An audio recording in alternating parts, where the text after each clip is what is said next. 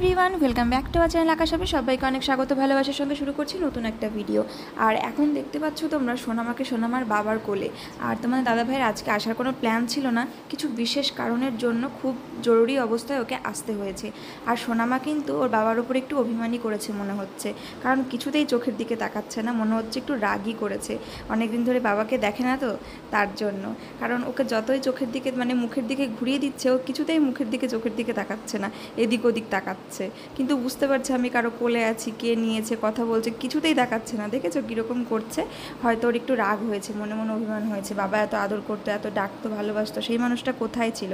তো যাই হোক, তোমাদের দাদাভাইয়েরও মনে হয় অনেক কষ্ট হচ্ছিল। তারপরে অনেক বোঝানোর চেষ্টা করলো মেয়েকে যে অনেক আদর করছে, দেখো এখন দুজনে মিলে শুয়ে শুয়ে কত কিছু বলছে, গল্প করছে।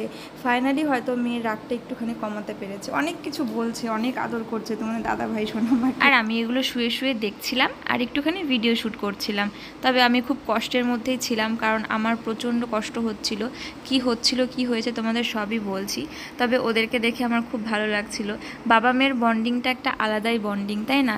বাবার মেয়ের মধ্যে সম্পর্কটা একটা আলাদাই টান থাকে, বাবাদের মেয়েদের প্রতি একটা আলাদা ফিলিংস, আলাদা ভালোবাসাই থাকে, আলাদা টানই থাকে। হ্যাঁ, বাবা মা অবশ্যই ছেলে মেয়ে সব সন্তানকে সমানভাবেই ভালোবাসে, তবুও কোথায় যেন মেয়েদের প্রতি বাবাদের একটা আলাদা রিয়াকশন থাকে। ঠিক কি না বলো? তোমরাও কমেন্টে অবশ্যই জানিও। আর এই দেখো, মেয়ে কিন্তু বাবার সঙ্গে গল্প করা শুরু করে দিয়েছে, রাগ অভিমান সব ভেঙে গেছে। কতক্ষণই বা থাকবে বলো? আর এই ভিডিওটা কিন্তু বেশ কিছুদিন আগের, খরচ যেদিন হলো তার আগের দিনকার ভিডিও এটা। তবে সেদিন আমি ভিডিও পোস্ট করতে পারিনি, তারপরের দিনও পারিনি, দুদিন ভিডিও দেওয়া হয়নি। তারপরে আজকে হয়তো তোমাদেরকে ভিডিওটা দিতে পারলাম।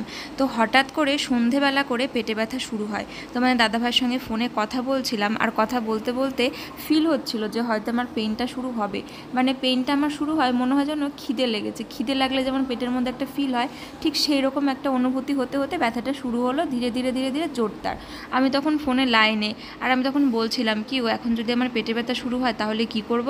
তো বললো আমি চলে যাবো ওষুধ নিয়ে। তো ঠিক সেইটাই হলো, প্রচণ্ড পেটে ব্যথা শুরু হলো, আর সেটা হচ্ছে গল স্টোনের। তো তোমাদেরকে আগেও ভিডিওতে বলেছি যে আমার গল ব্লাডারে স্টোন হয়েছে, তো সেটা অপারেশন করতে হবে। আর সোনামার এখন 3 মাস বয়স, তো আরও মোটামুটি কতদিন, 1 মাস আগের থেকে এটা ধরা পড়েছে।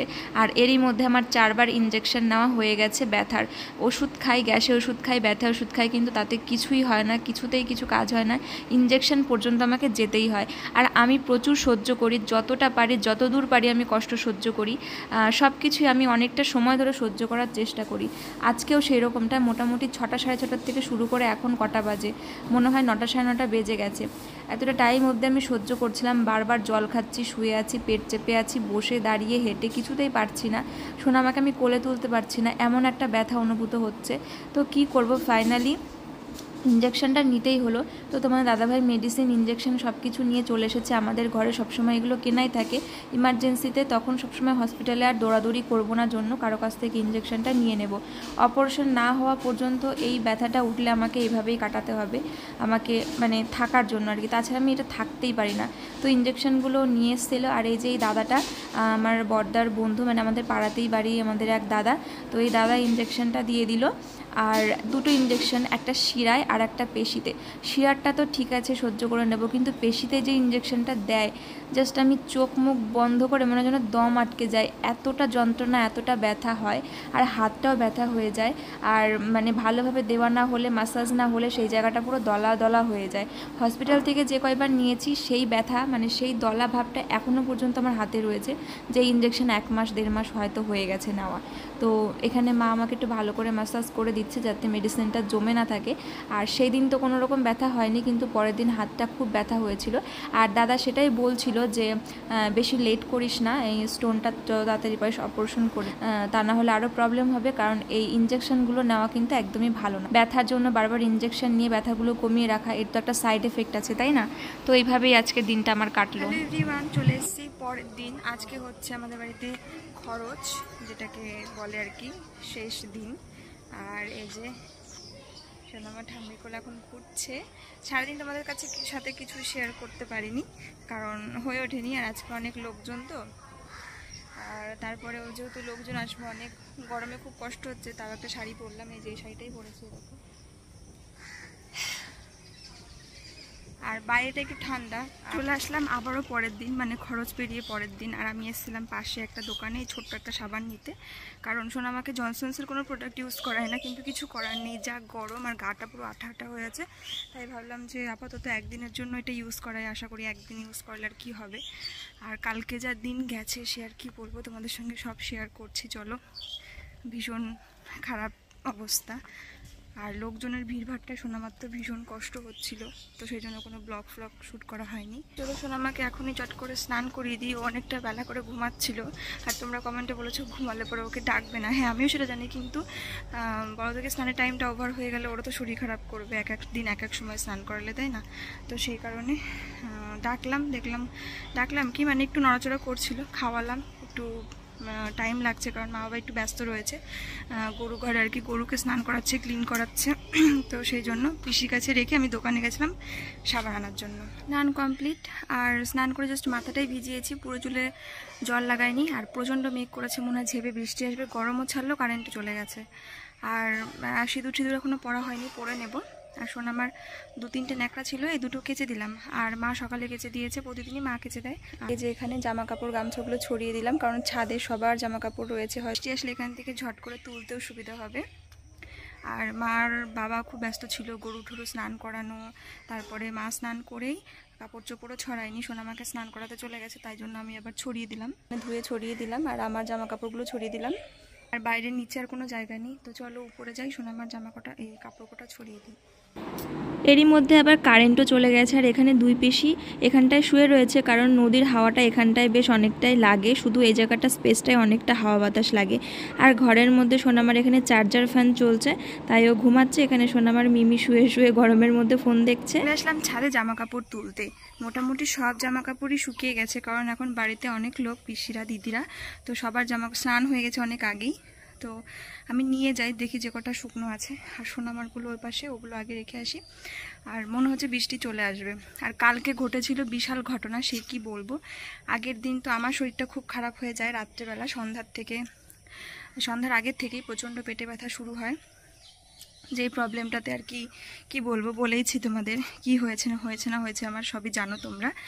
আর কালকে হঠাৎ করে মা খুব অসুস্থ হয়ে গিয়েছিল, মানে একই অনুষ্ঠান বাড়ি, দৌড়াদৌড়ি করতে হচ্ছে, গরু বাছুর নিজেদের, মানে ঘর সংসার আত্মীয় স্বজন সবাই এসেছে, তারপরে হচ্ছে মানে দৌড়াদৌড়ি, জল খাওয়া নেই, খাওয়া দাওয়া ঠিকঠাক নেই, গ্যাস ট্যাস হয়ে গেছে হয়তো, ওই জন্য একটা অ্যাসিডিটি হয়ে গেছে, আর প্রচণ্ড প্রেশারও হাই হয়ে গিয়েছিলো। তো সেই কারণে হঠাৎ করে মানে কি করতে গেছিলাম, মানে বাড়িতেই ছিলাম, তারপরে মা আমি, মানে আমার শাশুড়ি মা, আমি, তোমার দাদা ভাই, রানু, রোহিত, আমরা সবাই একটু রাস্তায় গেছিলাম, মানে একটু রাস্তায় হাওয়া ছিল, সবাই একটু কথা টথা বলছিলাম। সেই সময় মা হচ্ছে সোনামার কাছে ছিল, হঠাৎ করে মার প্রচণ্ড শরীর খারাপ শুরু হয়ে যায়, গা গোলানি, মাথা ঘোরা, ঘেমে চুমে পুরো মানে বিশাল একটা খারাপ অবস্থা হয়ে গিয়েছিল। আর ঘরে চলছিল টেবিল ফ্যান, মানে বারান্দায়, আর টেবিল ফ্যানটা এত জোরালো সাউন্ড, গম গম করে, জাস্ট কথা বললেও শোনা যায় না। ঘর থেকে কেউ ডাকলে, বাইরের থেকে, বারান্দার থেকে কেউ শুনতে হবে না, মা এইদিকে এরম এরম করে হাত দিয়ে ডাকছে, ওই করে ডাকছে, পিসিরা রয়েছে বারান্দায়, কেউ শুনতে পাচ্ছে না, মানে মা এমন অস্থির হয়ে গেছে, মা উঠতে পারছে না। তো যাই হোক ওইভাবে কষ্ট করে বাইরে চলে এসছে, পুরো ঘেমে চুমে গেছে। তারপরে বমি, মানে গা পাকেনি, একটা বিশাল একটা বিক্রিয়ার সৃষ্টি হয়ে গেছে। আর এক দিদিকে দিয়ে আমাকে ডেকে পাঠিয়েছে, শোনো আমার কাছে যেহেতু থাকতে হবে।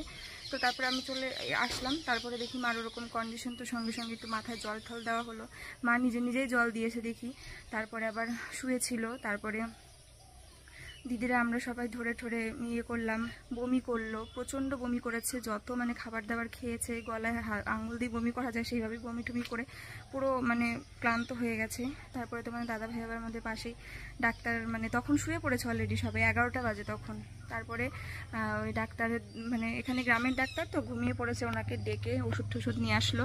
আর এক দাদার কাছ থেকে প্রেশার মাপার মেশিন নিয়ে আসলো। তো তোমার দাদা ভাই প্রেশার মেপে দেখলো হাই প্রেশার হয়ে গেছে।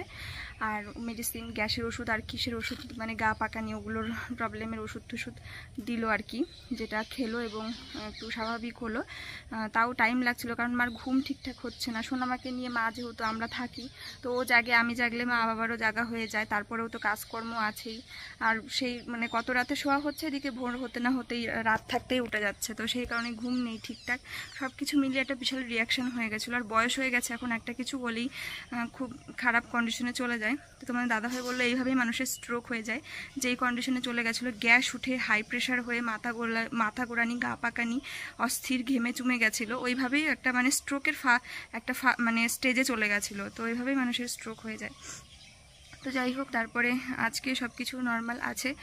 আর আমি ওই জন্য ভিডিও করতে পারিনি। কি ভিডিও করব বলো, মানে প্রচণ্ড মানে বাড়িতে লোকজন, ভিড় ভাট্টা, আর যেই আসছে সোনামা ছোট, সবাই জানে পাপড়ির মেয়ে হয়েছে, তো সবাই দেখতে চাইছে সামনের থেকে, ফোনে ভিডিওতে সবাই দেখে, যেই আসছে তোর মেয়ে কই, তোর মেয়ে কই। এদিকে সোনামার পেয়েছে ঘুম, ও খিটখিট করছে, ওকে শুইয়ে দিয়েছি। আর সবাই আসতে দেখতে চিল্লামিল্লি, দরজা খুলেই ডাকছে। আর এমনই ধরো সবাই ভালোবাসার জন্য দেখতে আসছে, কিন্তু একটু পরপর আসতে জন্য সোনামাও ঘুমাতে পারছে না প্রপার আওয়াজে, কথায়।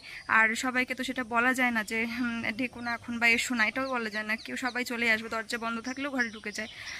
তো এরকম করে আর কি অনেকটা সময় পরে গিয়ে ওকে ঘুম পাড়িয়েছি। ওই জন্য ওর কাছে ছিলাম আমি, আর মাও ছিল শুয়ে, মাও একটুখানি শুয়েছিল জন্য ওর কাছে ওকে নিয়ে ওকে কি করে ঠান্ডা করবো, ভালো রাখবো, সেইভাবে ছিলাম। ভিডিওর কোনো বেলায় নেই, আমি বাইরে আসিনি, কারণ ওর কাছে আমাকে সবসময় থাকতে হবে। আর কেউ থাকুক, মানে সবাই থাকলেও, মা ঠাম্মিরা থাকলেও, মা দিদার কাছে থাকলেও আমিও অনেকটা সময় ছিলাম। তারপরে অনেকটা সময় থাকার পর আমিও গরমে পুরো অস্থির হয়ে গেছি। আর সোনামাকে তো পুরো খালি গায়ে করে রেখেছি যাতে ও একটু মানে আরামে থাকতে পারে, কিন্তু খুব গরম ছিল। আর লোকজনের ভিড়ভাট্টা হলে দেখবে ঘর মানে এটা আরও বেশি গরম হয়ে যায়। তারপরে একটু বাইরে গিয়ে হালকা হালকা হাওয়া ছিল, বাইরেও কিছুটা সময় একটু কাটিয়ে এসেছি, তখন রাত হয়ে গিয়েছিল। তো সেই জন্য তোমাদের সঙ্গে অনুষ্ঠানের কোনো ভিডিও আমি শ্যুট করিনি, শেয়ারও করিনি, কারণ আমার কাছে তখন ব্লগ শ্যুট, তোমাদেরকে ভিডিও প্রেজেন্ট করার থেকেও ইম্পর্টেন্ট সোনামাকে একটু সুস্থভাবে ভালো করে রাখা মনে হয়েছে, যে ওর কোনো রকমভাবে ওর যেন কষ্ট না হয় আমার কাজের জন্য।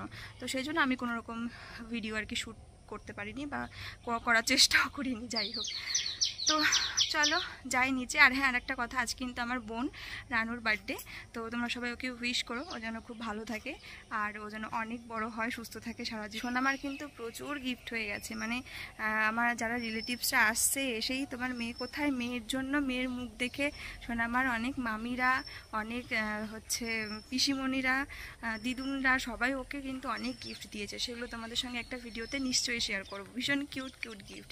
তো চলো যাই হচ্ছে নিচে। আর না, এই দড়িগুলো দিয়ে আমাদের এখানে ছাদে দেখতে পাচ্ছ আম গাছ, এবছর আম গাছে একটাও আম ধরেনি, যেখানে কুইন্টেল কুইন্টেল আম ধরে। এরকমই হয়, এক বছর আম ধরে আর এক বছর করে একটু গ্যাপ দেয়, একটু কম ধরে, কিন্তু এবছর একটাও ধরেনি। হয়তো খুব জোর দু একটা হয়তো ধরেছিল, সেগুলো পাখিতেই খেয়ে নিয়েছে, পাখি বা বাদুড়েই খেয়ে নিয়েছে।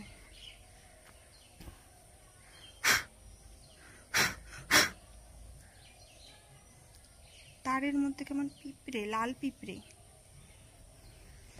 সোনামার কাঁথাগুলো নিয়ে যাই, কারণ বৃষ্টি চলে আসলে মানে দৌড়ে আস্তে আস্তে ভিজে যাবে। চলো, আর এই তিনটে এখানটাতে করে ছড়িয়ে দিলাম, হাওয়ায় শুকিয়ে যাবে। তোমাদের বললাম না আমার বোন রানুর আজকে বার্থডে, তো ও কেক কাটিং করার জন্য রেডি হয়ে বসে পড়েছে। আর বাড়িতে অনেক লোকজন ছিল, সবাই মিলে ওর বার্থডে সেলিব্রেট করা হয়েছে। তো কিভাবে বার্থডে সেলিব্রেশনটা হলো তোমরা নেক্সট ভিডিওতে দেখতে পারবে। তো চলো আজকের মতন ভিডিওটা এখানেই এন্ড করছি, দেখা হচ্ছে নেক্সট ভিডিওতে। টাটা।